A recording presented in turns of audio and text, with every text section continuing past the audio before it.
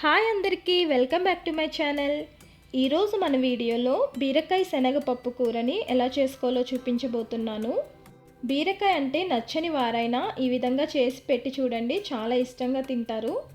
ఇది రైస్లోకే కాదు చపాతీలో కూడా చాలా బాగుంటుంది. మరి ప్రాసెస్ చూసే ముందు మన ఛానల్ని ఫస్ట్ టైం చూస్తున్నట్లయితే తప్పకుండా సబ్స్క్రైబ్ చేసుకోండి. ఇంకా లేట్ చేయకుండా ఈ టేస్టీ బీరకాయ శనగపప్పు కూరని ఎలా చేసుకోవాలో చూసేద్దామా. దీనికోసం ముందుగా మనం శనగపప్పుని నానబెట్టుకోవాలి. అరకప్పు వరకు పచ్చి శనగపప్పుని తీసుకొని నీట్గా వాష్ చేసుకుందాం. ఇలా 2-3 సార్లు శుభ్రంగా కడిగిన తర్వాత పప్పు మునిగేలా నీళ్లను వేసి 1 గంట సేపు నానబెట్టాలి. అంత టైం లేదనుకుంటే వేడి నీళ్ళను వేసి కనీసం 20 నుండి 30 నిమిషాలైనా నానబెట్టుకోండి. చూసారు కదా, 1 గంట తర్వాత పప్పు బాగా నానిపోయింది.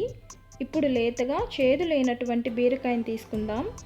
నేను తీసుకున్న బీరకాయ వచ్చేసి వెయిట్లో 300 గ్రామ్స్ ఉంటుంది. దీనిపైన ఉండే చెక్కు తీసేసి ఇలా చిన్న ముక్కలుగా కట్ చేసుకోవాలి. ఇప్పుడు స్టవ్ ఆన్ చేసి కుక్కర్ పెట్టుకుందాం. క్విక్గా చేసుకోవడానికి కుక్కర్లో చేస్తున్నా, లేదంటే కడాయిలో కూడా చేసుకోవచ్చు. కుక్కర్ హీట్ అయిన తర్వాత 2 స్పూన్స్ ఆయిల్ వేసుకోండి.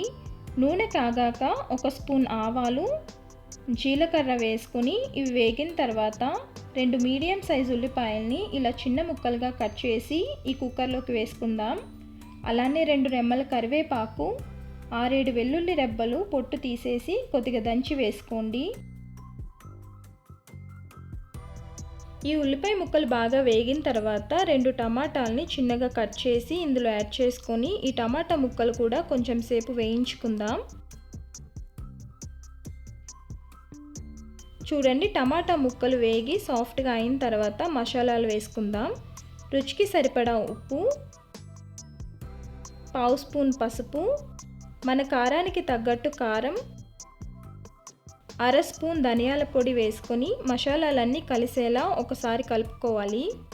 ఈ మసాలాలన్నీ వేగి ఆయిల్ సెపరేట్ అవుతుంది కదా, ఈ స్టేజ్లో మనం ముందుగా నానబెట్టిన పచ్చిశనగపప్పుని,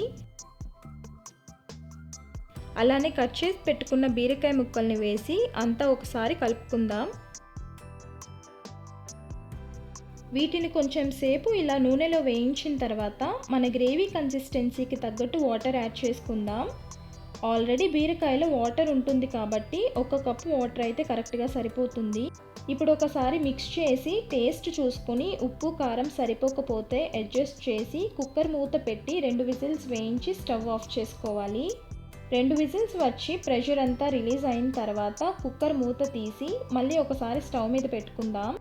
ఇప్పుడు తరిగి పెట్టుకున్న కొత్తిమీరను వేసుకొని 1 నిమిషం పాటు కుక్ చేసి స్టవ్ ఆఫ్ చేసుకుంటే మన సింపుల్ అండ్ టేస్టీ బీరకాయ శనగపప్పు కర్రీ రెడీ అయిపోయినట్టే.